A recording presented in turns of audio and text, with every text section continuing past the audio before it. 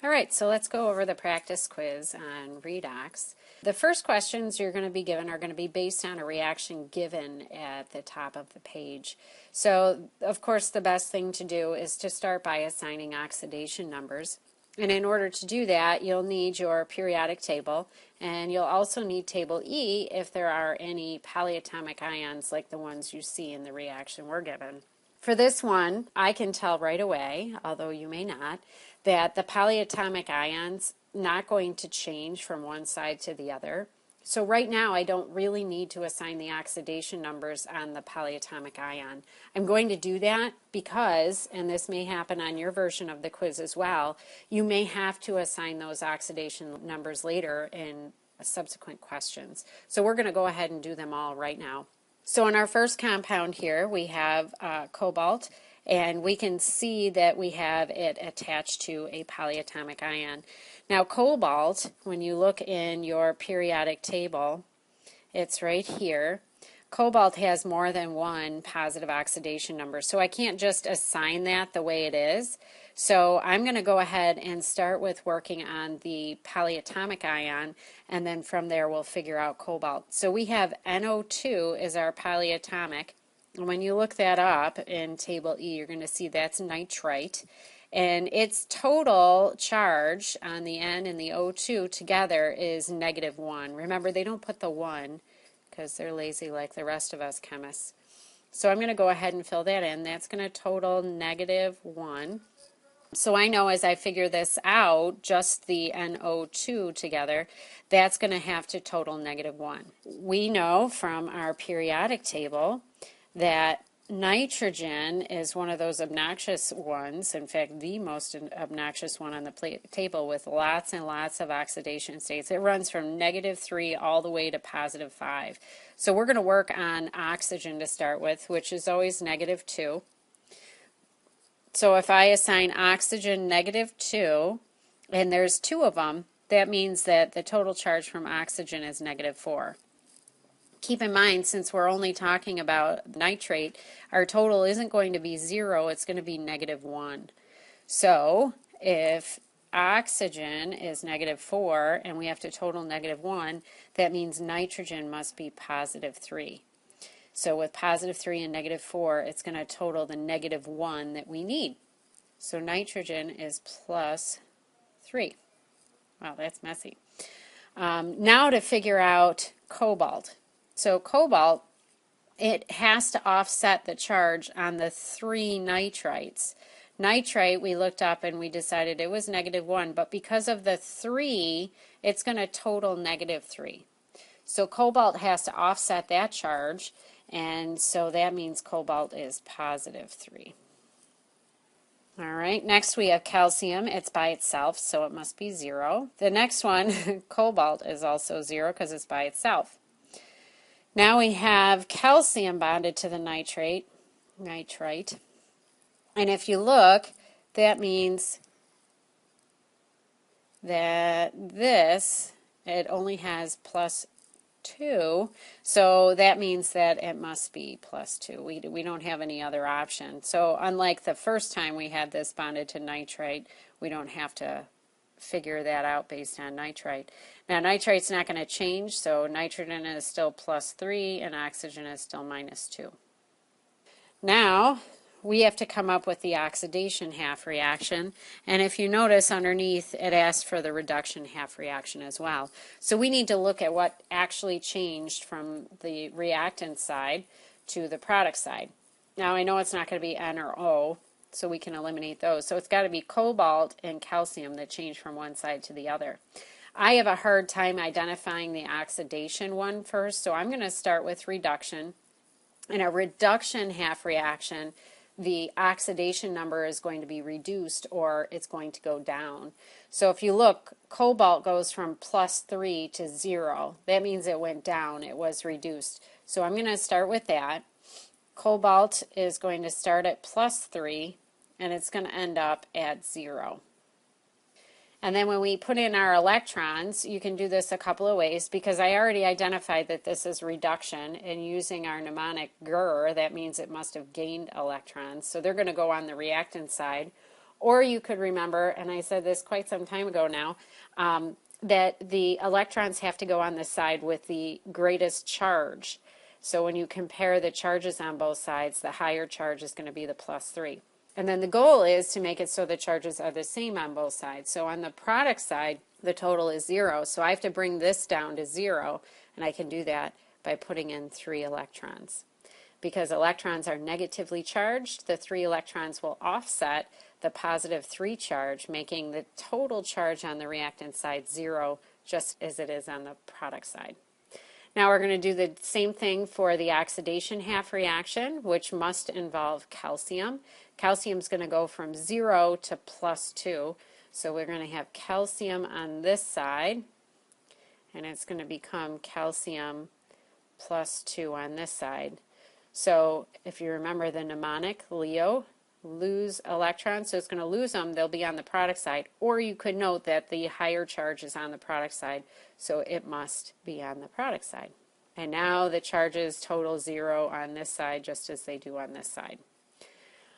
You can use the coefficients from the reaction. I don't suggest you do, because if you do bring down these coefficients, you're going to have to reflect that also in the electrons. So if I had brought down the 3 and put that into, and I'm going to just do this in red so you can see the difference. If I had put this 3 in and this 3 in from the reaction above, it would no longer be 2 electrons. It would be a total of 6, 2 for each of the calcium. So I don't suggest you do that. I would just go ahead and leave out the coefficients. All right, and number 3, what's the oxidation number of nitrogen and CONO2-3? So this is why I said you might as well just do all of them, because you may have to anyway. So when we look back up to the top, there it is right there, it's +3.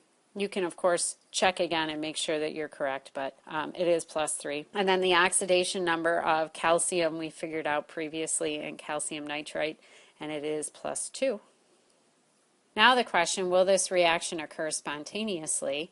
That's asking about table J. It's great that we know that it needs to be table J. What we really need to know is how to use it. And essentially, this is a single replacement reaction like other ones we've done in the past. You want to find out if cobalt will be replaced by calcium. So the question you're asking yourself is, will nitrite dump cobalt to be with calcium? And this here is going to show you whether or not that will happen. If calcium is higher in this scale, if it's more active than cobalt, then it will be spontaneous. Here's calcium, here's cobalt. So sure enough, calcium is more reactive. So that means that it will be spontaneous. So we're going to say yes, and the reason why is calcium is more reactive.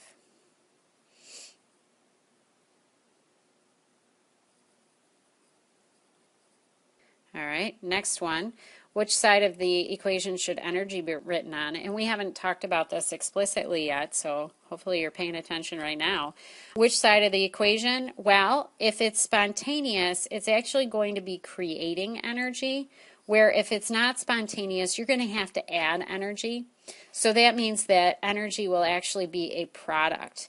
So you can say it's a product, and your reasoning can just be that it is spontaneous.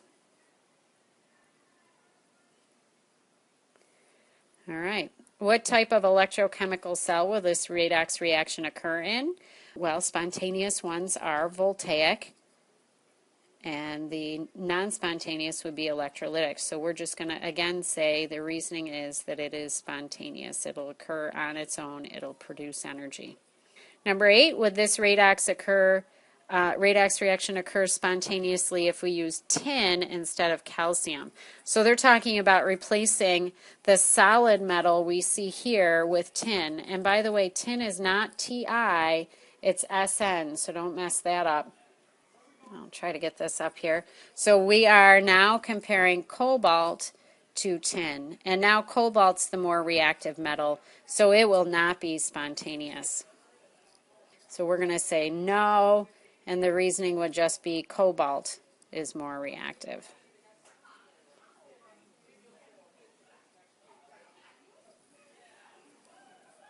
Alright, so this page is going to refer to this voltaic cell. It actually reminds you that it's voltaic here. The first question is, in what direction will the electrons flow? If you recall, in order to figure that out, you're going to have to look at Table J, because the more reactive metal is going to lose the electrons to the wire. Now, I don't need to look this up because copper is third from the bottom, and the only ones below it are silver and gold. So zinc is going to be the more reactive metal and will actually lose the electrons to the wire. So when it says what direction will the electrons flow, I'm going to say to the right. And our reasoning would just be zinc is more reactive. All right, what's the purpose of the salt bridge? I'm going to say ion flow. And my reasoning, I'm going to say electrons don't swim. But you could probably just say to complete the circuit or to allow the balance of charges or anything like that. Which species will be reduced? It is helpful to have already figured out which side is going to have reduction going on, but you're just going to follow the flow of electrons. So reduction is actually going to be occurring over on this side, and the electrons will gather here. But it's not the copper electrode that's going to gain them, it's the copper from the solution. So it's going to be Cu plus 2, and you can just say Gr if you like.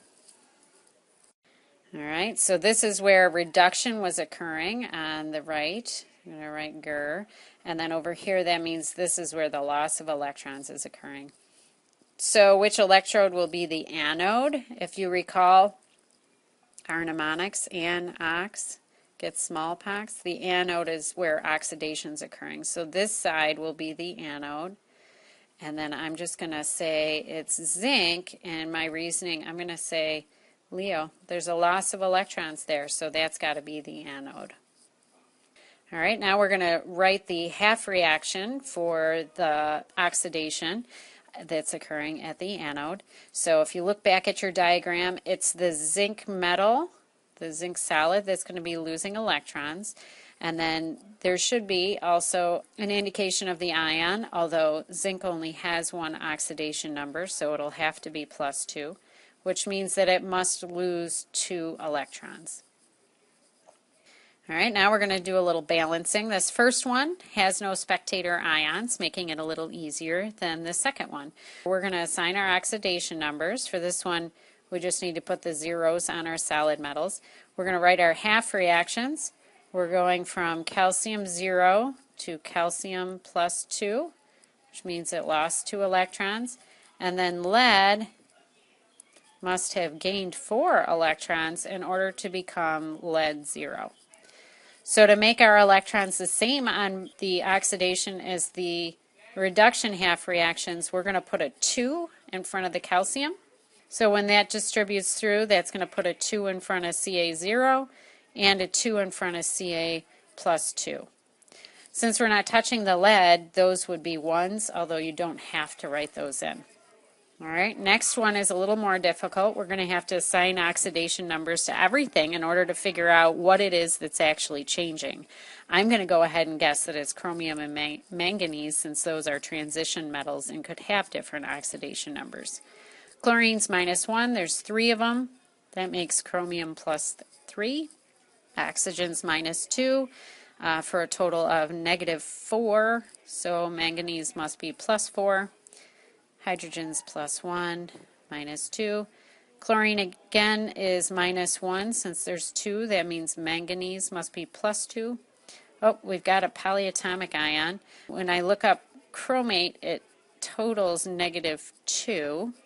So since oxygen's -2 times 4 is -8, chromium must be +6.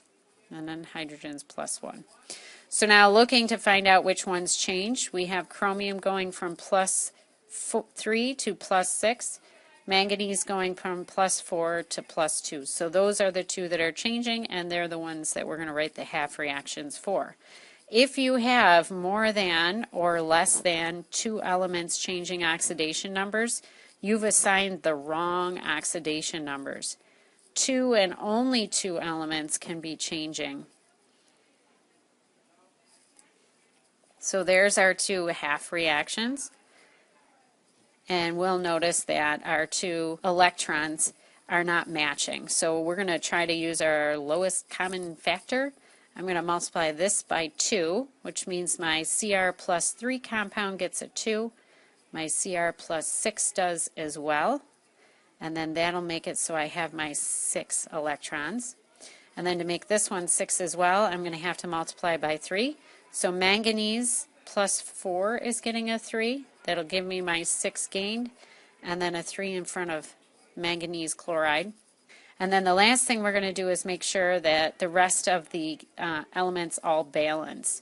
So we have here 2 times 3, which is 6 chlorines. 3 times 2 is also 6. Then we have manganese we already balanced, so we're going to check our oxygen. Here we have 6. This makes it 7. Over here we have 2 times 4, which is 8. Now I don't want to touch this. As soon as we write in our coefficients based on our half reactions, you want to avoid touching that at all costs because you can mess up your charges. So I'm going to play with my hydrogen compound, my water, in order to fix that. So if I put a 2 here, now I have 6 oxygens here and 2 more here for a total of 8, which is perfect. And then 2 times 2 for 4 hydrogens, and 2 times 2 here for 4 hydrogens. So everything now balances. All right, last page is electrolytic cells. In an electrolytic cell, the negative from the power source is where the electrons come from, and to replace it, they'll be pulled up out of the opposite electrode. So over here is where we're going to have a gain of electrons, and therefore reduction is occurring, where here we have a loss of electrons, and therefore oxidation is occurring. So if they ask us where the cathode is, we're going to use our red cat gets fat. Reduction is the cathode. Since reduction is occurring here, this is the cathode, which is labeled B. So we're going to say B, and for my reasoning, I'm going to say GR, because that's where the gain of electrons is occurring. Okay, which electrode will electroplating occur? That means where is it going to get fat? Where is it going to get thicker? And that's the red cat gets fat. Because what will be happening there is, as the electrons are sitting on the cathode, the silver ions from the solution will be attracted to it, pick up those electrons, and become solid. So the electrode that is getting electroplated is B, and I'm going to say, for my reasoning, red cat gets fat, because the fat is the electroplating. What direction will the electrons flow? Well, they're going to go to the right, and your reasoning is they come out of the negative.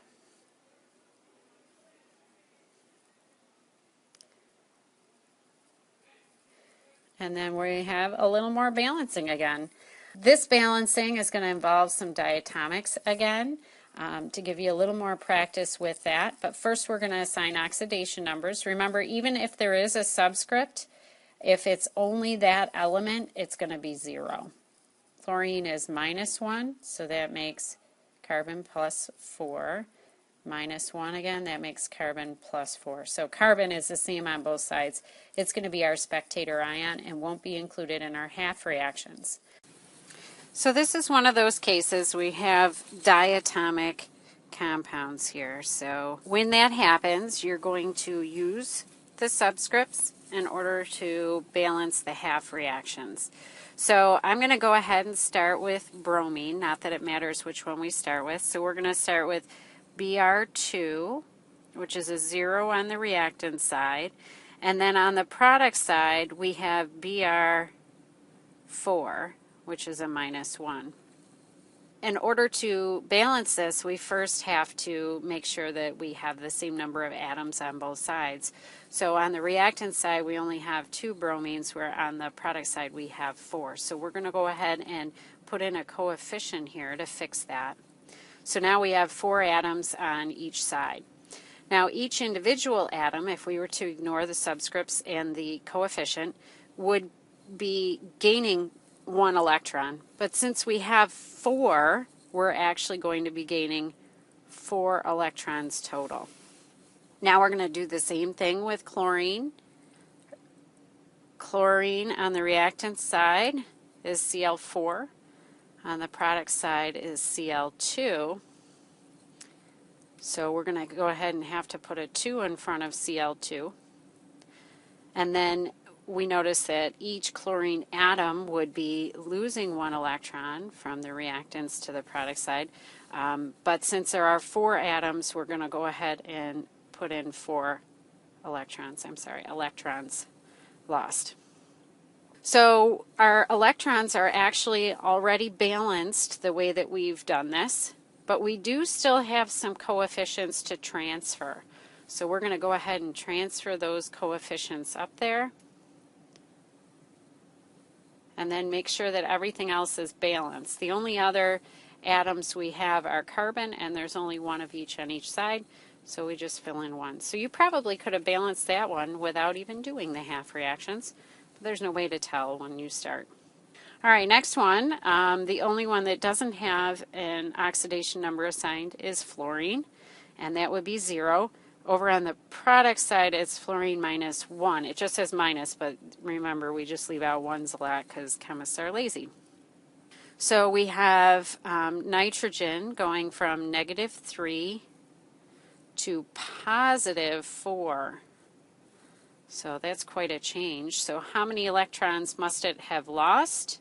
Well, that would be 7 electrons. That's a lot of electrons.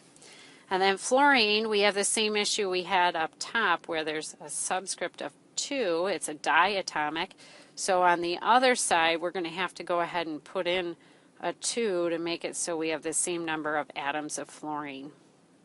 So fluorine must have gained, each individual atom must have gained 1 electron, but because we have 2 of them, it's going to gain a total of 2 electrons. And leave myself enough room, like so.